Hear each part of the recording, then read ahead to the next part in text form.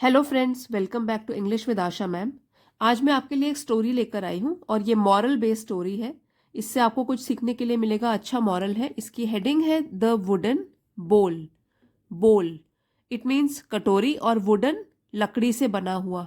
बोल नाउन है, उसको डिस्क्राइब कर रहा है ये एडजेक्टिव। लकड़ी की कटोरी।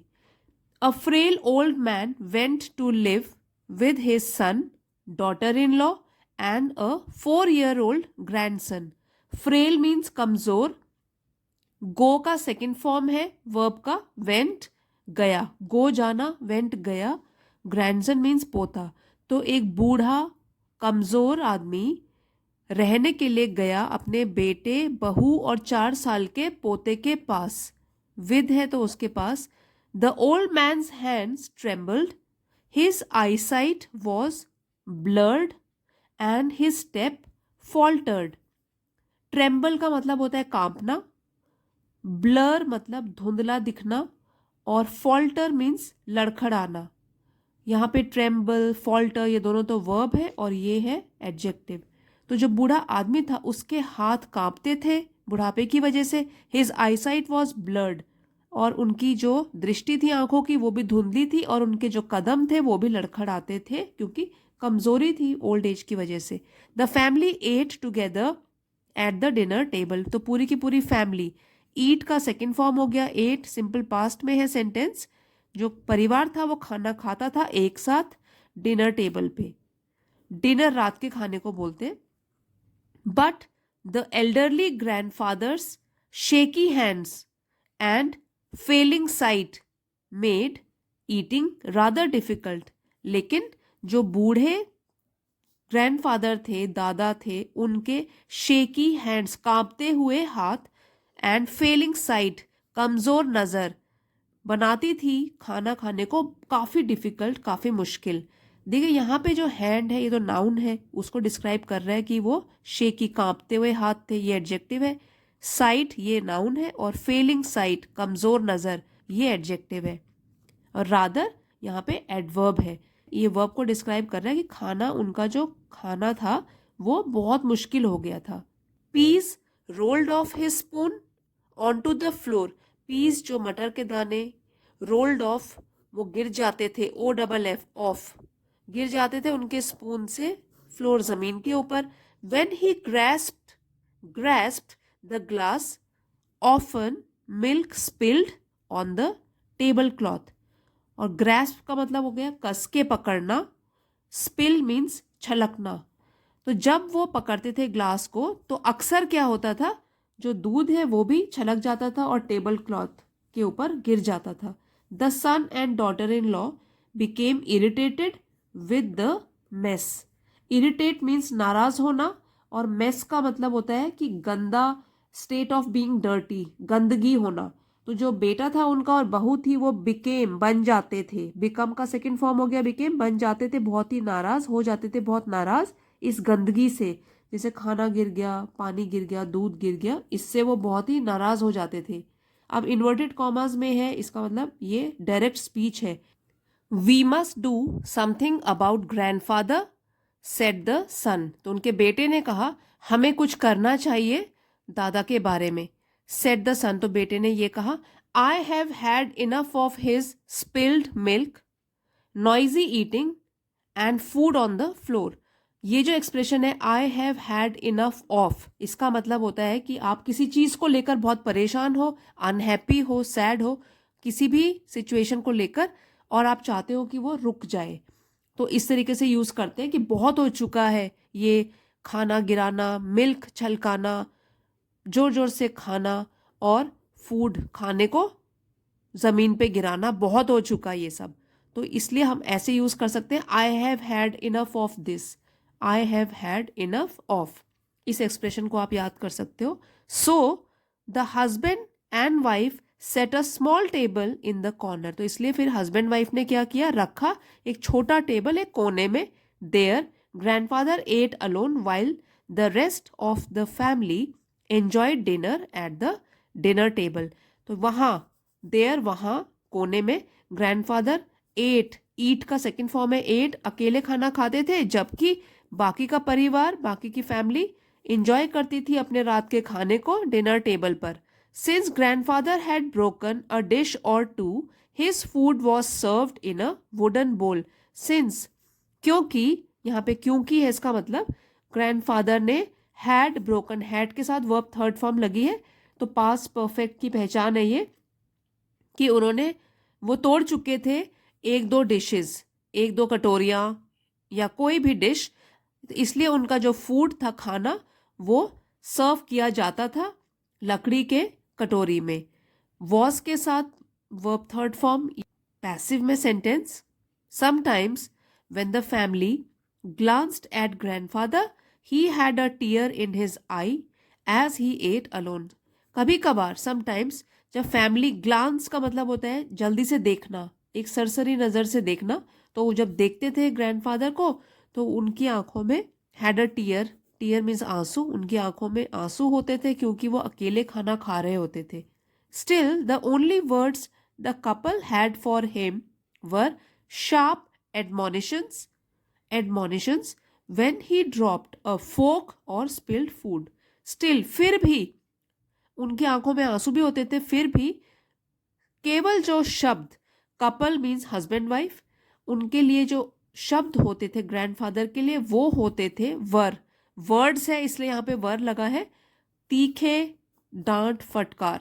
एडमोनिशन मीन्स डांट और फटकार. व्हेन ही ड्रॉप्ड अ फोक, कभी जब वो फोक गिरा देते थे, चम्मच या कांटा गिराते थे, या स्पिल्ड फूड, या जो खाना है गिरा देते थे. The 4-year-old watched it all in silence. अब जो उनका बेटा था 4 साल का, वॉच्ड, वो देखा करता था ये सब कुछ चुपचाप, बिना कुछ बोले हुए. One evening before supper the father noticed his son playing with. तो एक शाम को क्या हुआ, बिफोर सपर, सपर भी रात के खाने को बोलते हैं, सपर, तो उससे पहले, रात के खाने से पहले फादर ने नोटिस किया, ध्यान दिया कि उनका जो बेटा है वो खेल रहा है with would scraps on the floor. Scraps means टुकड़े, तो लकड़ी के टुकड़े जमीन पे रखकर वो कुछ खेल रहा था उनका 4 साल का बेटा. He asked the child sweetly, what are you making. तो उन्होंने पूछा अपने बेटे को प्यार से, तुम क्या बना रहे हो. क्वेश्चन सेंटेंस है, interrogative sentence. Just as sweetly the boy responded. तो उतने ही प्यार से, जस्ट एज स्वीटली, उतने ही प्यार से बॉय ने जवाब दिया, oh I am making a little bowl for you and mama to eat your food from when I grow up. तो बेटे ने ये जवाब दिया कि मैं बना रहा हूँ एक छोटा सा कटोरी आपके लिए और मामा के लिए, माँ के लिए, ताकि आप खा सको अपना खाना. जब आप बड़े हो जाओ तो आपके लिए, आप भी फिर उसी कटोरी में खाना खाओ, लकड़ी की कटोरी. The 4-year-old smiled and went back to work. तो 4 साल का बच्चा हंसा, मुस्कुराया और फिर अपना काम करने लगा. वेंट बैक टू वर्क, काम करने में लग गया. The words so struck the parents that they were speechless. Struck मतलब चुभ गए, और speechless means not able to speak, क्योंकि हैरान हो गए, उसलिए जब मुंह से शब्द ना निकले उसको बोलते हैं स्पीचलेस. तो वो शब्द जो है इतनी बुरी तरीके से चुभ गए दोनों पेरेंट्स पर कि वो दोनों बात भी ना कर सके, बिल्कुल चुप हो गए. Then tears started to stream down their cheeks. Tears, आंसू, फिर बहने लग गए उनकी आंखों से उनके गालों तक. Though no word was spoken both knew what must be done. Though, हालांकि कोई भी शब्द नहीं बोला गया था, ये भी पैसिव में है, पास्ट इंडेफिनिट का पैसिव है कि कोई शब्द नहीं बोला गया. बोथ, दोनों को पता था, नो का सेकंड फॉर्म न्यू, कि क्या करा जाना चाहिए, अब मस्ट बी डन, क्या करना चाहिए उन्हें. That evening the husband took grandfather's hand and gently led him back to the family table.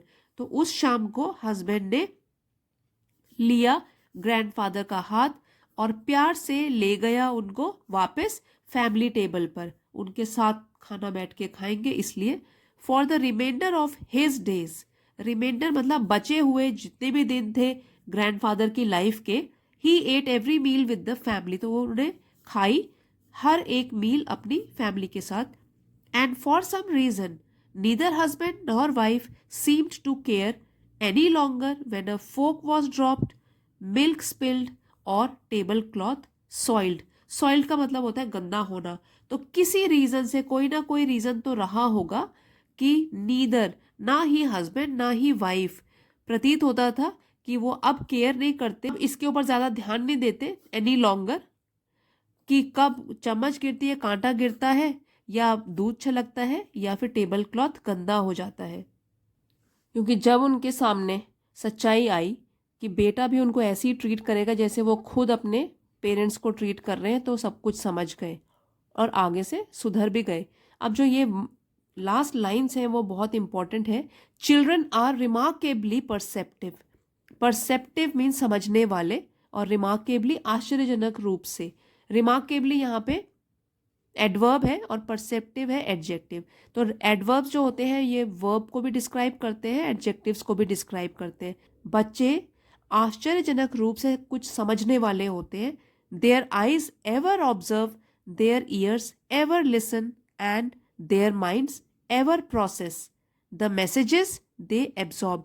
उनकी जो आंखें हैं वो हमेशा गौर से देखती रहती हैं इधर उधर। और ये जो है एवर, यहाँ पे एडवर्ब है, ऑब्जर्व करती रहती है। उनके जो कान है वो हमेशा सुनते रहते हैं, और उनके जो दिमाग है वो हमेशा समझते रहते हैं उन संदेशों को जो कि वो ग्रहण करते हैं। वो मैसेजेस जो भी वो अपने सामने देखते हैं उसको ग्रहण करते हैं।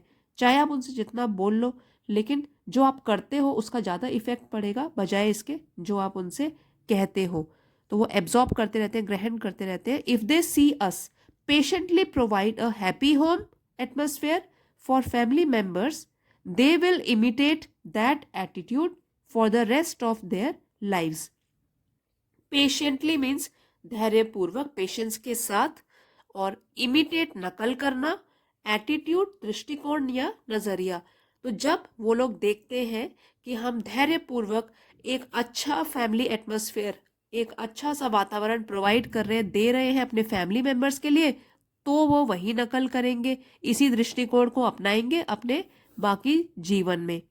The wise parent realizes that every day that building blocks are being laid for the child's future. Wise, जो भी समझदार पेरेंट होते हैं वो समझ जाते हैं कि हर दिन जो है वो एक बिल्डिंग ब्लॉक की तरह काम करता है। जैसे नींव का पत्थर होता है जिससे कि हम मकान की नींव रखते हैं, उसकी तरह काम करता है रोज, हर रोज, क्योंकि बच्चे तो रोज कुछ ना कुछ नया सीखते हैं। तो रोज जो है वो एक बिल्डिंग ब्लॉक की तरह काम करता है, और एक बिल्डिंग ब्लॉक या नींव रखी जा रही है बच्चे के भविष्य के लिए रोज। तो इस लाइन का मतलब है कि बच्चे के भविष्य के लिए रोज एक बिल्डिंग ब्लॉक ले किया जा रहा है, लगाया जा रहा है, उसकी नींव रखी जा रही है। Let us all be wise builders and role models. तो इसलिए हमें क्या करना चाहिए, एक समझदार बिल्डर बनना चाहिए और बच्चे के लिए रोल मॉडल, जिसको देख के वो अच्छी बातें सीख सके और अपने जीवन में अपना भी सके। बच्चों से भी हम बड़े लोग बहुत कुछ सीख सकते हैं। फ्रेंड्स, आई होप आपको आज की मॉरल बेस्ड स्टोरी पसंद आई होगी और आपके लिए हेल्पफुल रही होगी। वीडियो पसंद आया है तो प्लीज़ लाइक शेयर ज़रूर कीजिएगा, और चैनल पे नए हैं तो प्लीज़ सब्सक्राइब भी कर लीजिए। इसी तरीके के रीडिंग के बेसिक और एडवांस वीडियोज़ मैं रोज़ लेकर आती हूँ। Thank you for watching friends. अगले वीडियो में मिलते हैं।